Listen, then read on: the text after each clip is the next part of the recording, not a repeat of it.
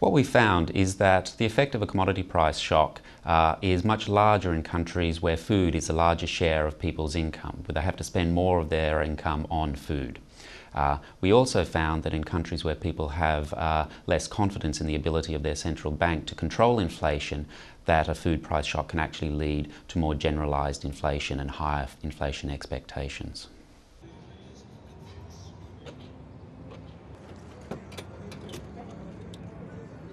What we found is that commodity price shocks are typically large but also temporary, and this means that they can be very hard to predict. If you're a central bank trying to offset the effects of these shocks, this can cause a number of problems. One, if you do offset them, it can lead to volatility in other parts of the economy. But more commonly, because they're very hard to predict, the central bank may find that it is missing its target. And when it misses its targets, this can undermine people's confidence in its abilities, and as we've emphasised, it's that credibility that really helps the central bank do its job better.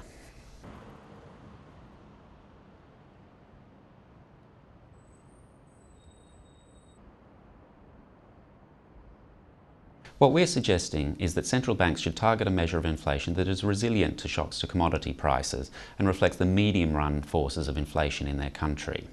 One way you can do this is by excluding food and fuel from the measure of inflation you target. In the case of Thailand, they exclude food and fuel from the target.